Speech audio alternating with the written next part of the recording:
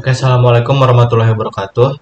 Saya Nabil Muklas Biro Santoso dengan NIM 2024-31105, Teknik Informatika, Kecerdasan Buatan kelas A. Pada hari ini saya akan menjelaskan UAS yang sudah saya kerjakan untuk UAS Kecerdasan Buatan lebih tepatnya. Di sini spesifiknya saya akan menjelaskan nomor 1, 2, dan 3. Kita akan langsung saja ke soal nomor 1 yang pertama.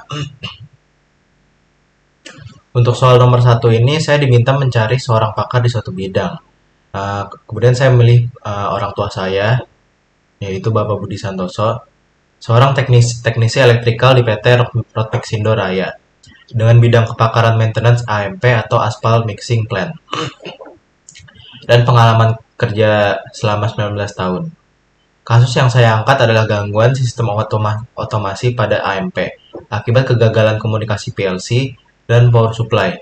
Saya menyusun 8 pertanyaan wawancara, mulai dari langkah-langkah awal, penanganan, prosedur, diagnosis, alat kerja yang digunakan, serta cara identifikasi kerusakan sampai standar K3 yang ditetapkan.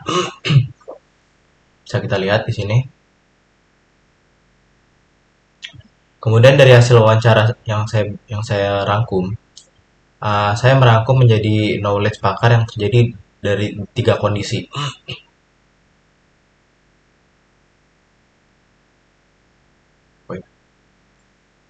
Di sini kondisi awal yaitu kondisi ringan.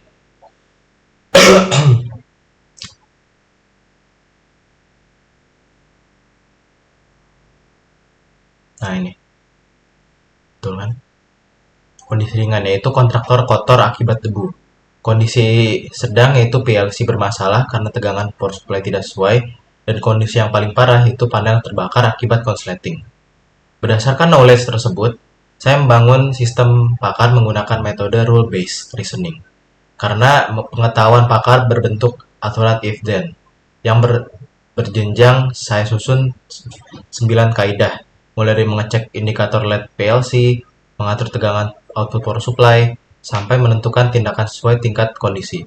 Dengan forward chaining, sistem ini bisa menelusuri dari gejala awal, sistem tidak bisa dihidupkan, sampai kesimpulan akhir, yaitu penggantian power supply pada panel G.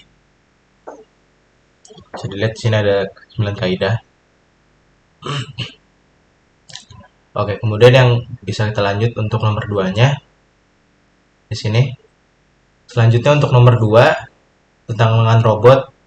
Kondisi awalnya keempat balok yang saya letakkan terpisah di atas meja, sedangkan kondisi akhir yang saya tentukan adalah balok A tetap berdiri sendiri di atas meja, sementara balok D, C, dan B disusun menjadi satu tumpukan.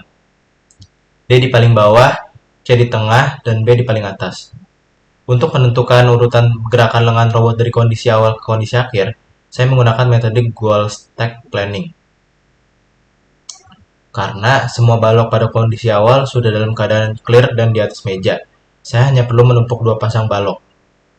Goal yang ingin dicapai, saya pecah menjadi 2 sub-goal, on CD dan on BC. Karena balok C dan D sudah clear sejak awal, sub-goal on CD langsung dieksekusi dengan aksi pickup C. Lalu stack C di atas D, setelah itu C menjadi clear kembali di posisi barunya. Sehingga sub-goal on BC bisa dieksekusi dengan pickup B, lalu stack B di atas C.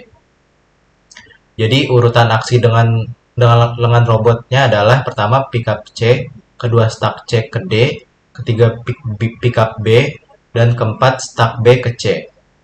Balok A tidak perlu disentuh sama sekali karena posisinya sudah sesuai dengan kondisi akhir sejak awal. Kita lihat. Oke, kita lanjut ke soal nomor 3 untuk machine learning.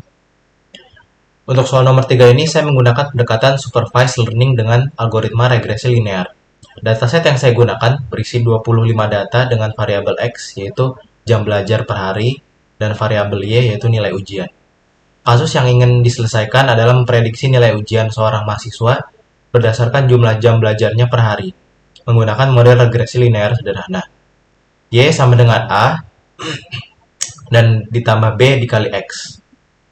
Untuk mencari nilai B atau slope dan A atau intercept, saya menghitung dulu jumlah data, jumlah X, jumlah Y, jumlah X kali Y, dan jumlah X kuadrat dari seluruh 25 data.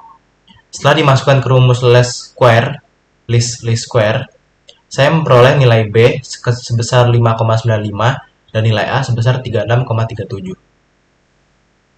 Bisa kita lihat. Jadi, model regresi akhir yang saya dapatkan adalah Y sama dengan 36,37 ditambah 5,95 dikali X. Saya juga menghitung nilai R kuadrat dan hasilnya 0,98, yang artinya model ini mampu menjelaskan sekitar 98% variasi nilai ujian berdasarkan jam belajar, hingga jadi hubungannya sangat kuat. Sebagai contoh penerapan, jika seorang mahasiswa belajar 6 jam per hari, maka prediksi nilai ujiannya adalah 36,37 ditambah 5,95 dikali 6. Hasilnya sekitar 72,1. Oke, mungkin sekian dari penjelasan saya. Untuk penyelesaian nomor 1, 2, dan 3 pada UAS kecerdasan buatan ini, mohon maaf apabila ada kekurangan dan penjelasan saya. Terima kasih. Wassalamualaikum warahmatullahi wabarakatuh.